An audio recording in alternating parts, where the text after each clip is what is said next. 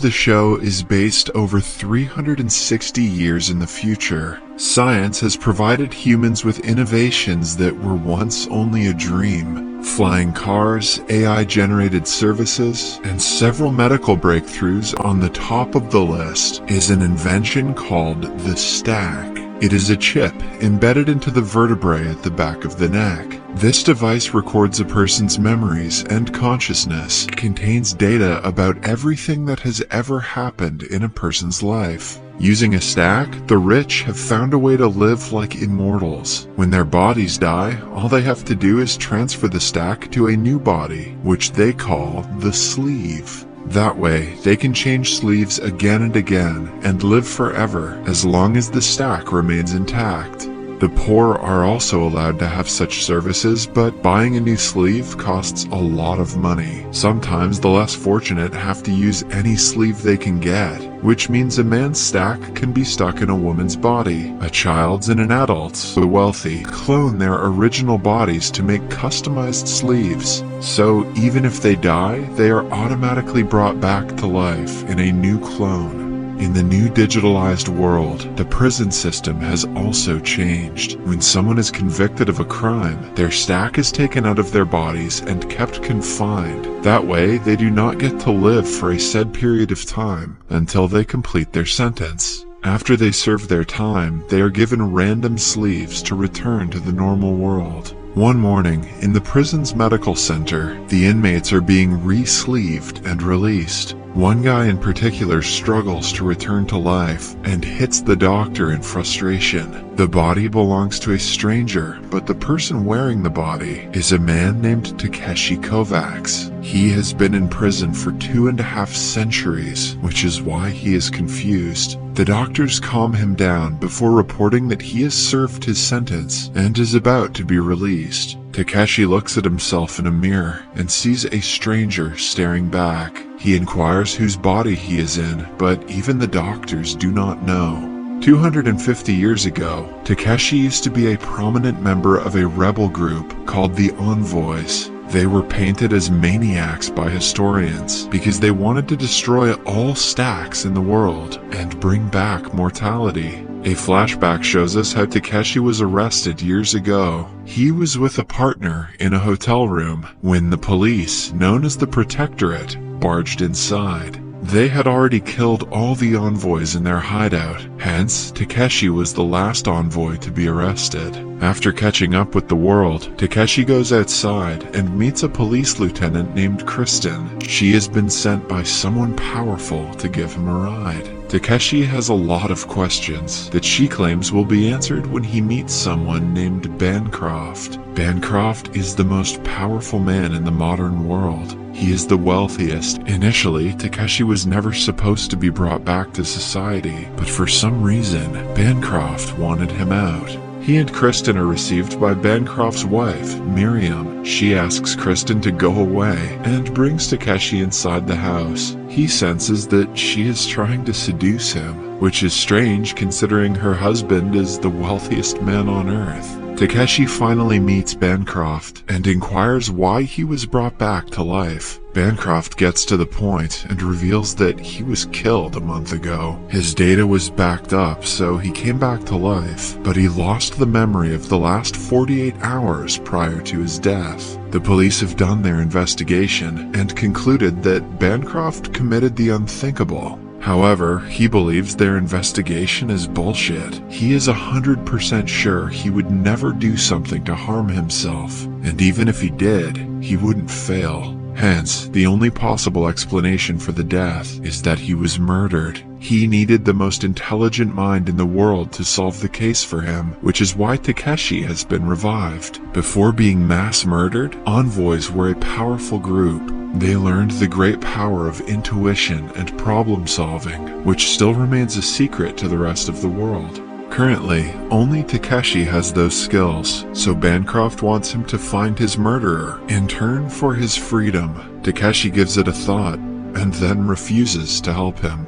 Still, Bancroft gives him a day to think it over. Following the conversation, Takeshi goes to the slums part of town and buys a bunch of illegal pills. He eventually ends up in the red light zone, surrounded by virtual advertisements of brothels. Since he is high, the advertisement looks real, and he almost loses his mind. Fortunately, Kristen comes to his aid and gives him an ad blocker. Takeshi questions her being too interested in him, but Kristen argues it's because he is a national terrorist. Kristen was the lead cop in the investigation, which is why she is positive that it was a case of self-harm. Takeshi doesn't believe her, but he has no interest in taking the case, so he dismisses the conversation altogether. He leaves first and goes to an AI hotel down the road. The owner of the place is an AI named Poe. He hasn't had a customer in over 50 years and is excited to finally receive one. Before Takeshi can check in, he is approached by a hitman named Demi and his henchmen. Demi has been sent by someone to fetch Takeshi, but when Takeshi insults him, he derails from the primary plan and gets aggressive. Poe cleverly tells Takeshi that once he pays, he will be entitled to the hotel's security services. Amidst the fight, the envoy manages to pay, and the opponents are killed by the hotel's automated security system.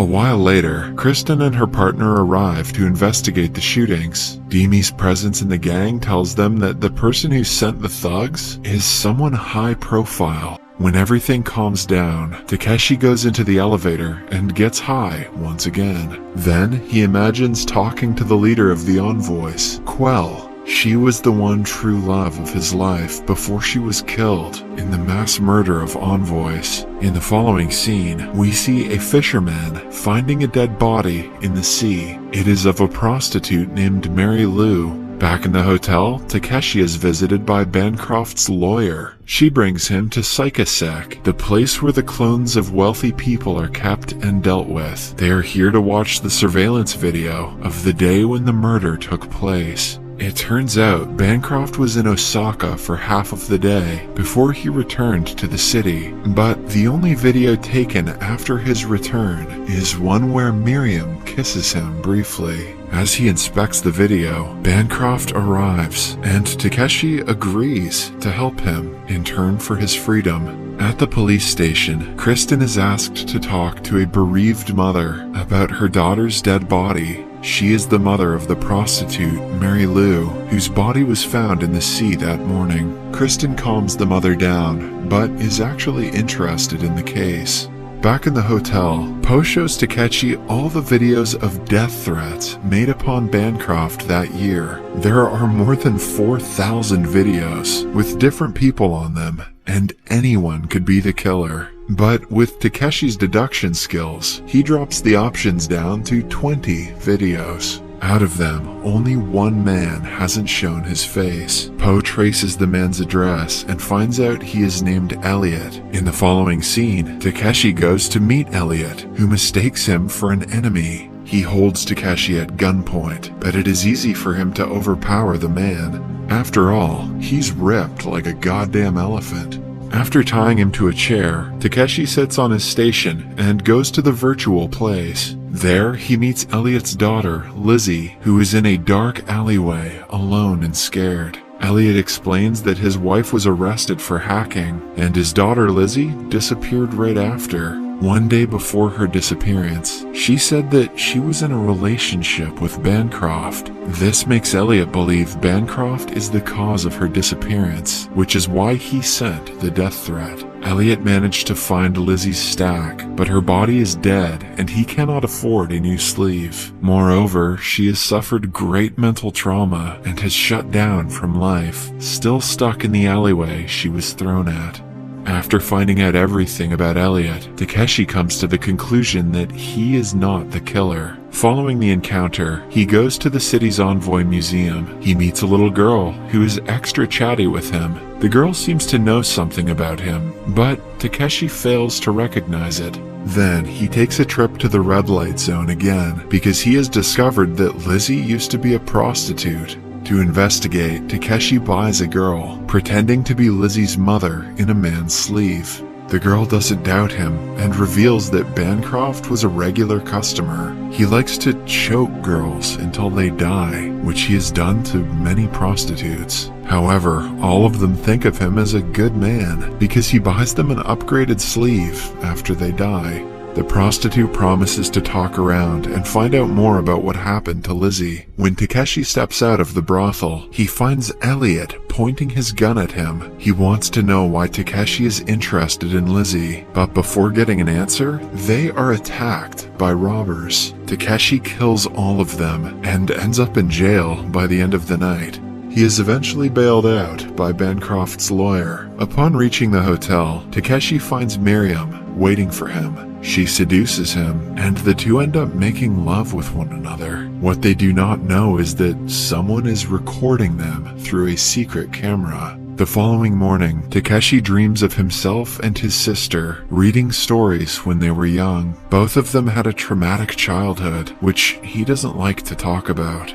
Later, Poe shows him an invitation from Bancroft to an exclusive party. The attendees of the party include everyone who might want Bancroft dead, so Takeshi has to be there to investigate. At the same time, Kristen is also invited as the head of security for the night. She knows that Bancroft doesn't like her, which makes the invitation suspicious. She is skeptical about going until she discovers that every suspect from Mary Lou's death case will be at the party. This will give her an opportunity to investigate, which she doesn't want to miss. Somewhere else, Takeshi again goes to Elliot and asks him to be his backup for the party. In turn, he promises to provide Lizzie with a virtual treatment for her mental health. Elliot doesn't dwell before accepting the offer for his daughter. Then, they go to the hotel and meet Poe. He will be Lizzie's companion for the time she will be treated in the virtual world. He creates a nice space for her and brings her away from the dirty alleyway she was in. The price is expensive,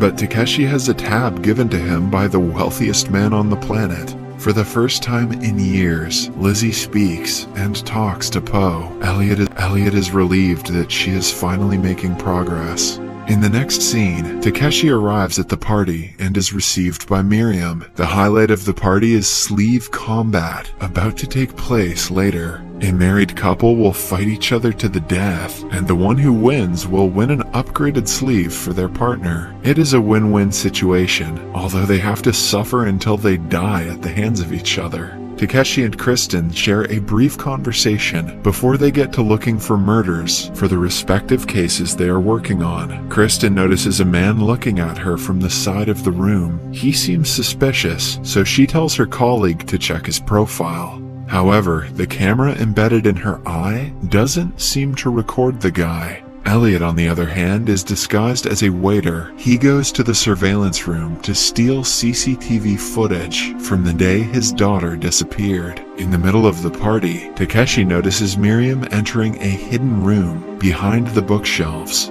He follows her and catches her having sex with the head of security. But it turns out the woman isn't Miriam, but one of her daughters in her mother's sleeve. Takeshi interrogates her about her father's death because she might have dressed up as her mother and killed him that night. The woman, however, argues that she will be left penniless as per Bancroft's will if he dies. Hence, all 21 of his children should be crossed out from the list of suspects. A while later, the sleeve combat takes place. In the middle of it, Bancroft orders the male fighter to fight and defeat Takeshi for a more advanced upgrade. Takeshi is forced into the battlefield, and he has to fight, even though he doesn't want to kill the couple. In the end, Takeshi kills the male opponent at his wife's request, so they get a better upgrade and come back to life. After the party, Takeshi goes to the brothel yet again to meet the girl from yesterday, but she betrays him by drugging him.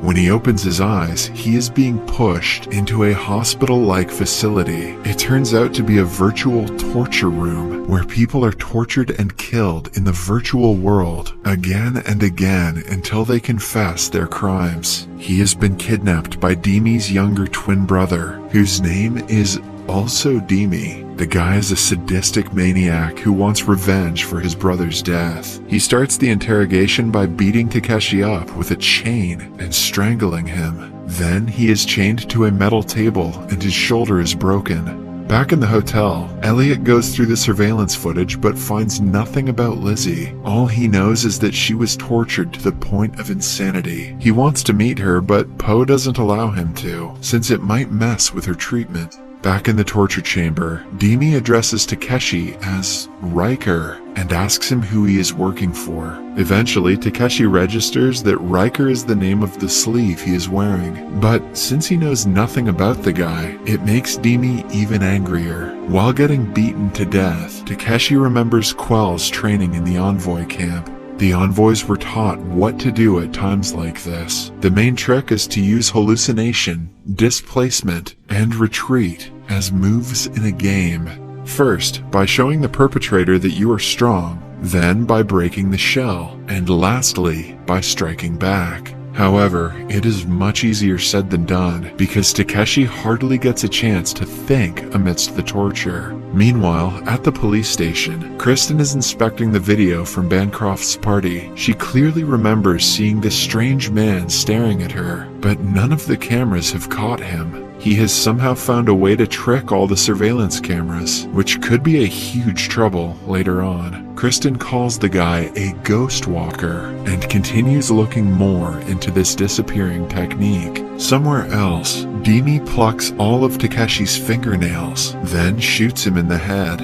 After suffering a horrible death, he comes back to life only to be tortured again. Similarly, Takeshi is burned, his limbs are torn, and his eyes are gouged out, but Demi doesn't get the answer he is looking for. In Takeshi's head, he remembers the time he suffered the same pain in training. Quell's words act as motivation for him, as he continuously plays her in his mind. When all the usual techniques do not work, Demi buys the special torture package and brings out a box of carnivore reptiles. Then, he makes a hole in Takeshi's stomach and lets the reptile into his body. It is the worst pain the envoy has ever felt, one that no amount of training could prepare him for. He starts talking to himself, repeating the words, hallucination, displacement, and retreat. Suddenly, he reaches a higher level of consciousness and is able to free his hands. To take control, he rips his own heart out and ends up being disconnected from the VR world. The plan works and he comes back to reality, but he is still in the torture facility, surrounded by workers who are being paid to break him. To get out of the situation, he pretends to be a protectorate officer who has been transferred to Riker's body. The workers panic and free him from the wires, asking for forgiveness. Demi tries to stop them, but they care about their jobs more than their clients. However, they regret their decision as soon as Takeshi is let out, because he shoots and kills everyone in the room. Then, he walks out with Demi's head in his hands and meets Elliot outside.